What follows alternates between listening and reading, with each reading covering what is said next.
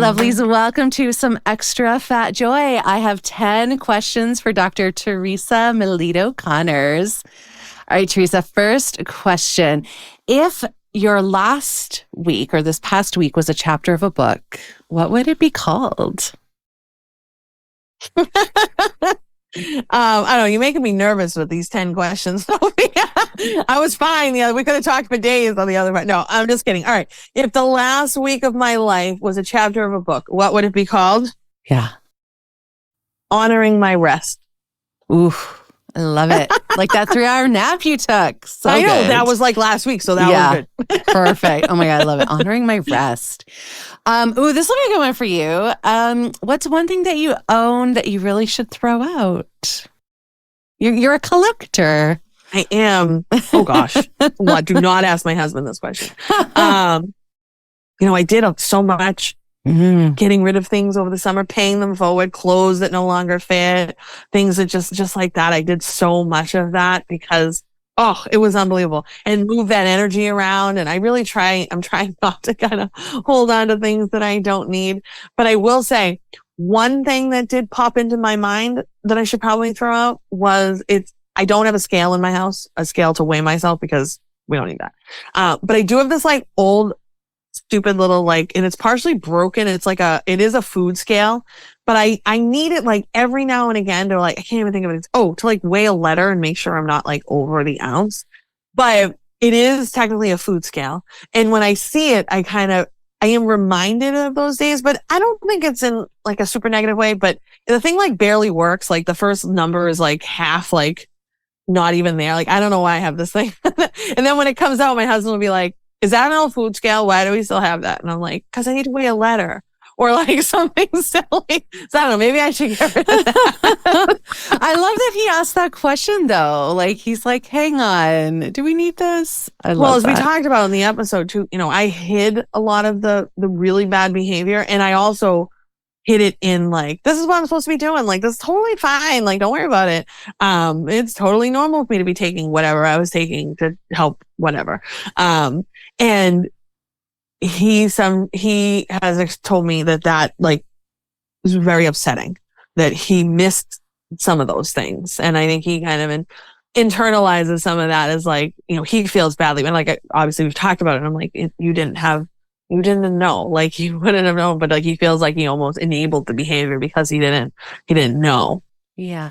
You're like, no, I was CIA level spy. Yeah. I was like, no, like my mom didn't even know. Nobody would have known. I used to steal money from my mom's wallet, and I would steal kids' junk food, quote unquote, junk food snacks out of their lunches. So the teachers knew there was like a class thief, but no one could figure out who it was because it was me. I was like, yeah, like, I mean, it's kind of amazing the behavior that we can hide and really get away with. Like, it's pretty, no, I really get that. Yeah. But you know what we do? I try not to beat myself up about it, get back into that self-compassion, because we did what we had to do to survive given our level of consciousness at that time. And, I even think about, what I shared in the full episode about, my dad teaching me how to diet. I don't have a good relationship with my father. I actually don't speak to him, but for very different reasons. But I don't hold that against him for passing that trauma on to me. Like he didn't know better. He didn't know. And, I am able to forgive him for a lot of not great things he did, and abuse he perpetuated, unfortunately, instead of being able to heal himself. But I recognize that he was doing the best he could at his level of consciousness. And does it suck that we don't have a relationship? Of course. And do I wish things were different? Yeah, but I can forgive it.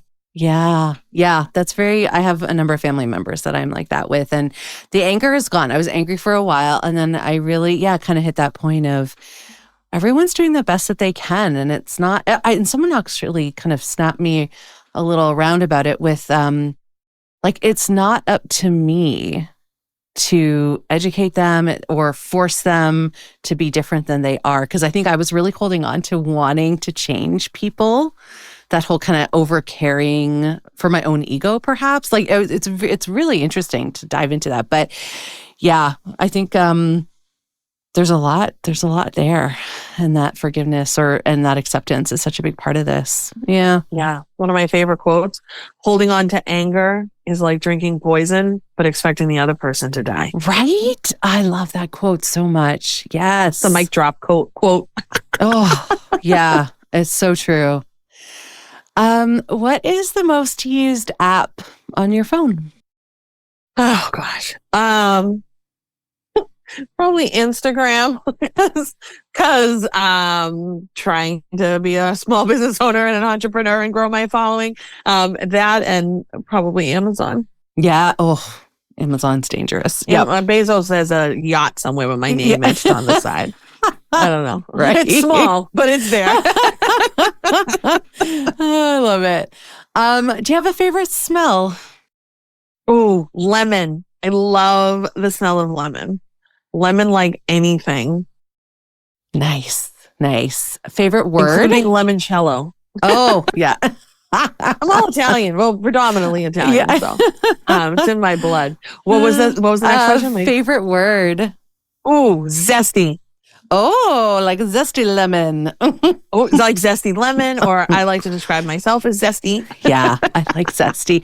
That's good. I like that better. I know a lot of people describe themselves as spicy, but I actually really like zesty. That has a different vibe to it, doesn't it? Zesty. Yeah. Zesty. Yeah. Do you have also a great Scrabble word, incidentally, also for fun fact. Or if you play, what was that thing everybody was hot on? Words with Friends, the app? Zesty got me like a lot of points before. But I liked it anyway. But that is a side note. I love that. What is your least favorite word? What I'm going to say is contradictory to what I said in the previous episode. I'm going to tell you my least favorite word is no. But I do like the word no when we're talking about setting boundaries. And it is a complete sentence. It doesn't require further explanation. So I like the word no. But I don't like being told I can't do something. Like something's not formed, like I can't achieve something, or, I had a guidance counselor in high school tell me I went off to, a theater art. No. I did do a theater performing arts. I told you this past my bedtime, theater arts program, but we were talking about, I wanted to be National Honor Society, and I had missed it by like a smidge, when they did the first cutoff, whenever that was, junior year or whatever. And I had another opportunity, and I went to my guidance counselor and I was like, okay, I want to be a National Honor Society. And he was like, it's just another line on the resume. It's going to be really hard to bump your GPA. I'm like, no, I want it.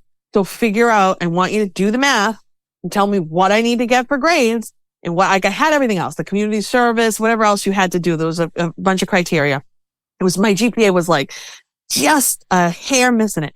And I think it was like the beginning of junior year, and they were going to recalculate and invite more students the end of junior year. So I made him actually do it out. And he's like, he's trying to be cool. He's like, don't stress out about it. Like, it's fine. Like, if you don't get it, it's just another line on the resume. But I had it in my head, like, I wanted this.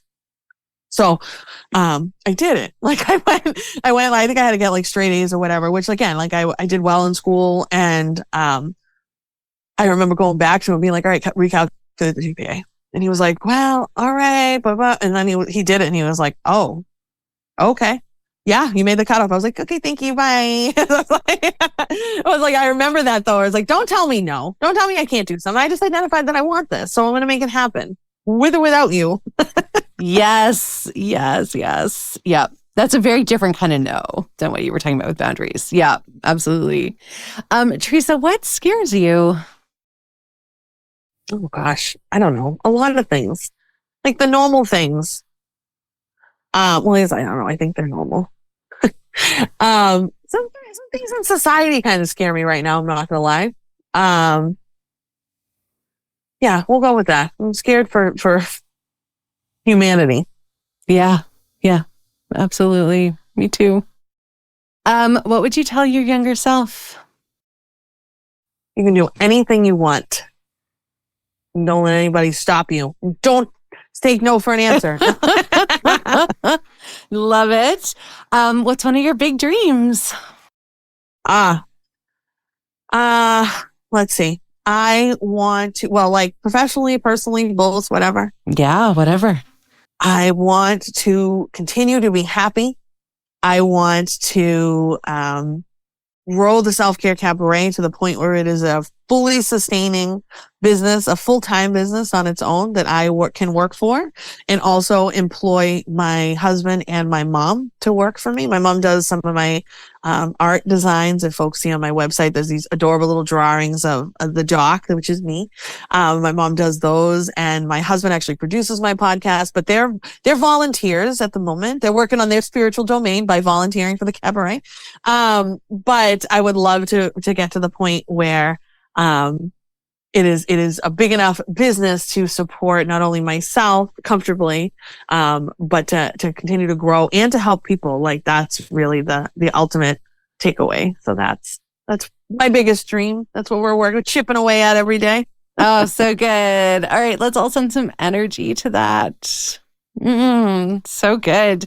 And final question, Theresa. If you had a billboard on the side of a really busy highway where tens of thousands would see it every day, what would you put on that billboard? Self-care comes first. Yeah, self-care comes first. Beautiful. Or maybe we'd put self-care is a rebellion or is a resistance. Yeah, right? Or maybe to get attention, because self-care is sexy. How about that? Maybe that would get more attention. Self-care is sexy. I don't know. I'd have to think about that one a little more. But it would be something related to self-care and really teaching people, driving that point home, how important it is. And when you show up for yourself, you're able to show up for others better. Yeah, absolutely. Brilliant. Thank you, Theresa.